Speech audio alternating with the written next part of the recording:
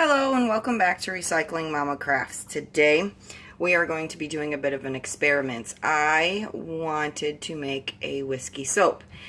And yes, whiskey has tons of sugar. It's going to cause issues.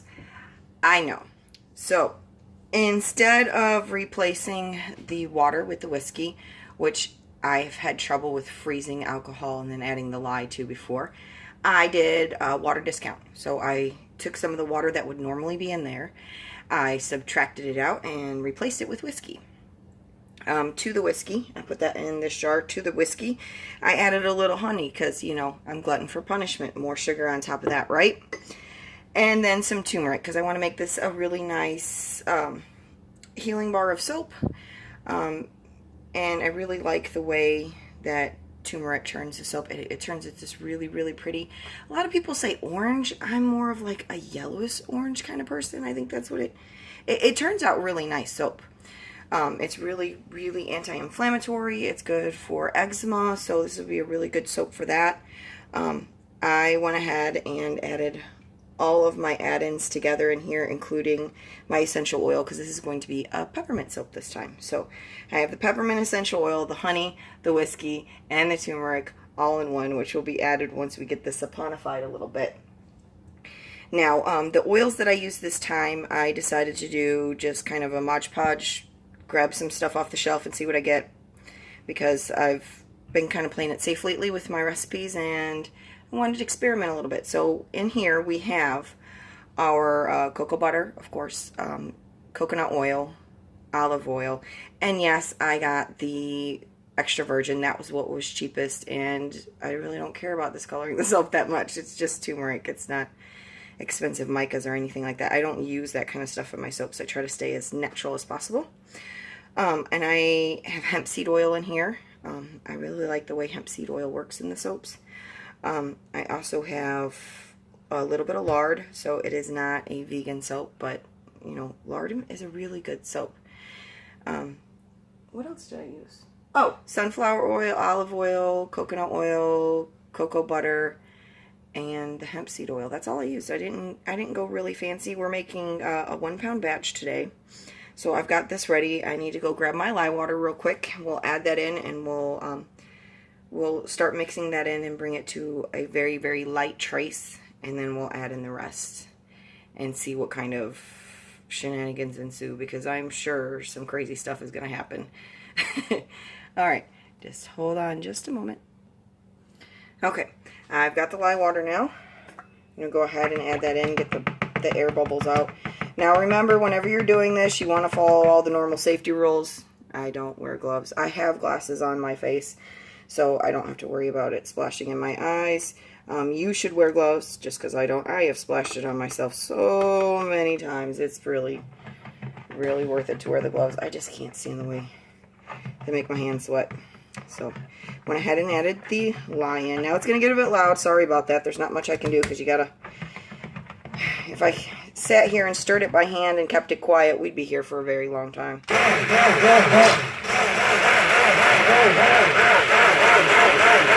And go ahead and turn that in, and that's already a very pretty color soap.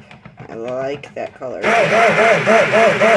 It's got a very deep hue to it. Now when it hardens, if it weren't to add the turmeric in here and leave it the way it is, it would become a much lighter color. Oh, and I forgot to mention, I infused my olive oil with some calendula or marigold petals and with chamomile, because I try to do that in all my soaps because it is just such a good combination. You'll notice a lot of mine have chamomile.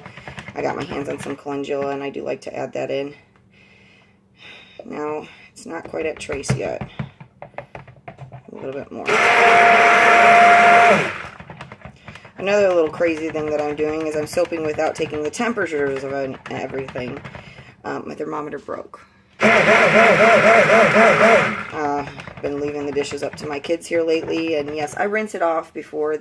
I rinse it off really good so that I know there's no lye left on it, but kids did the dishes and they kind of nicked it, so there was water getting inside of my glass thermometer, so gonna have to replace it. I think I'm gonna go with one of those fancy electronic models that I can just shoot it out there, because I've seen those and those are really nice. Alright, let's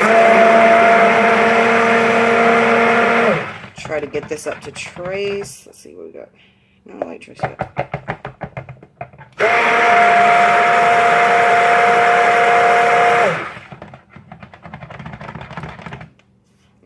Okay, here we go. It's starting to come together a little bit.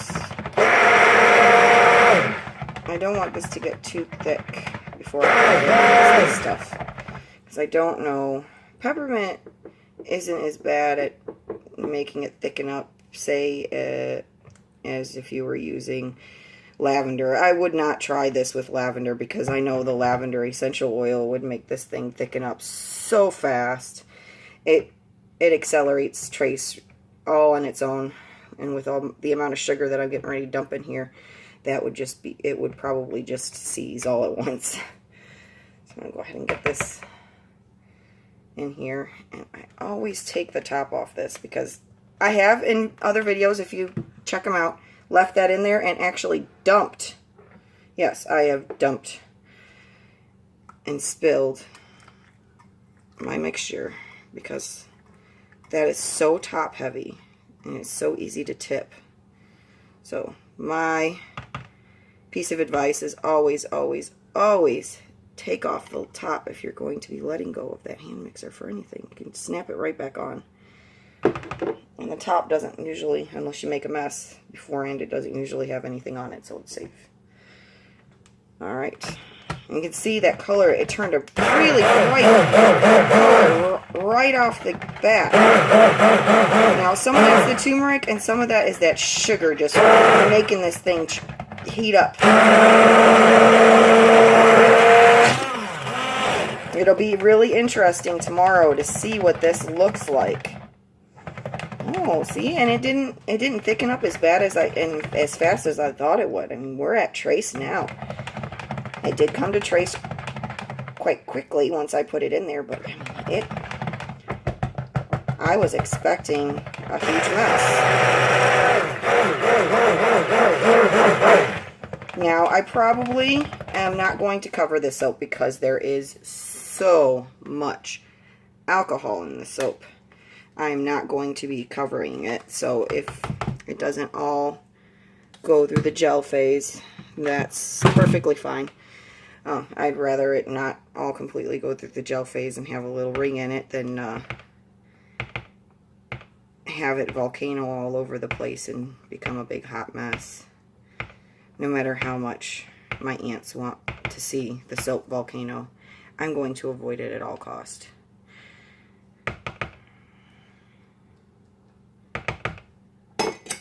Sorry, Aunt Mitzi, not this time. Maybe next time. Alright, that's a nice thick batter.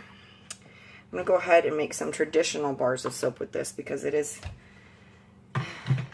kind of just the kind of soap that I wanted to make traditional bars out of instead of making it flowery. Because this is more of a unisex soap. You can, either men or women, it's not really a very feminine scent, peppermint. A lot of men in my family love the peppermint. My newest addition, my oldest son, well, not the oldest, the middle son, I guess, because my oldest is an adult now, but he requested peppermint soap. And yes, as if you're someone who watches these videos often and watches my Facebook videos and follows me there, you'll know that I had a brand new bouncing baby boy. He's 6'1" and clocking in at about 200 plus pounds at the moment. We had him about a month ago, because I love my children to death, but I love recycling so much I even recycled them. My children are adopted, and I was fortunate enough to be able to get I have my two youngest children. We adopted them, and we were fortunate enough to get their brother when he needed a place to go. We were able to take him in. We were close enough at the time to do it. So it's just been wonderful having him here. We love him to death. He really, really likes the peppermint and wanted me to make him a peppermint soap. So some of these bars will be just for him and not for sale.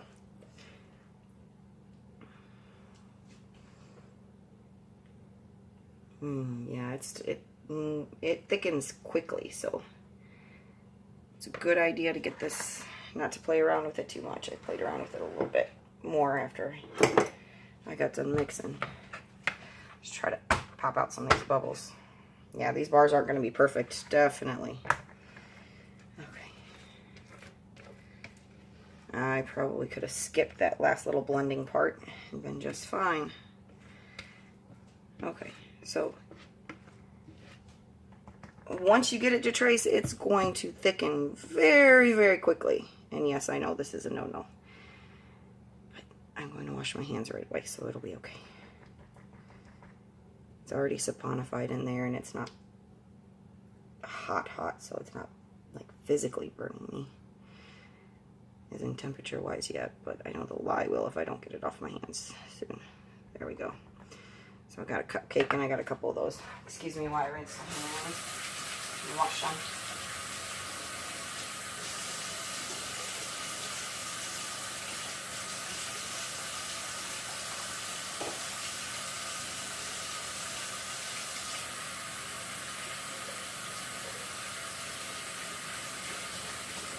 All right, got that lye taken care of. Now I'm going to, I actually remembered to grab the alcohol this time so I can spray the tops. It's not going to get out any bubbles, but it'll help with the soda ash, that's for sure. I think that's what it's called, soda ash? I'm not sure. I'm sure somebody will correct me. But that turned out really nice. And Facebook is, or not Facebook, but YouTube has changed some stuff around, and I can't put my videos together anymore on their platform, and I don't have anything else fancy. I'm just recording this on my phone, so it'll have to be a second video to see me unmold this, and I probably will cut one of these bars of soap either by trimming it up or just cutting it to show you what the inside looks like. So tomorrow we'll take a look at that and see what it looks like. And, you know, this is how it turned out. The whiskey wasn't too much of a problem. Once you come to trace, though, it's going to be really fast, so you got to move quick. I wouldn't recommend using this recipe to make any swirls or anything like that, because it'll probably end up seizing up on you before you could even get the swirl made. But it turned out really nice. I got it in the molds pretty quickly. Got a few little air pockets, but if I hadn't been talking so much, probably would have got it done quicker. So I hope you enjoyed the video. Hope you're not too disappointed that it didn't blow up in my face, but who knows? Maybe it'll blow up later, and even without the lid, we'll have a little volcano for all my aunts to giggle at. All right, thank you for joining me here at Recycling Mama Crafts. We love having you. We do offer classes now. If you're in the Evansville, Indiana area and you want to learn how to make soap, and stop on by. We have a special going right now for $30 for soap making class. You get to keep your soaps that you make, take them home with you, so you get the soaps and you get the knowledge for just $30. You can hit us up at Facebook at facebook.com/recyclingmama. All my contact information is on there, and you'll be able to find my items there's a store in Illinois called Creative Gems Crafts Boutique. It's in Gardner, Illinois, if you are up that way and want to pick up some of my products. They're available there for sale. It's a great little shop with a lot of different handmade items there. You should stop in and check that out. If you're here in Evansville and want to pick up some of my items, or you can stop by our shop. It's in the back of my house, so just 1501 Lodge Avenue. Just swing onto the back. You'll see the door back there with the open sign on it, and there's parking back there. You can come on in. We have a few soaps available and some foot balms, and these soaps will be available in 6 weeks. So thanks again for joining us. Bye!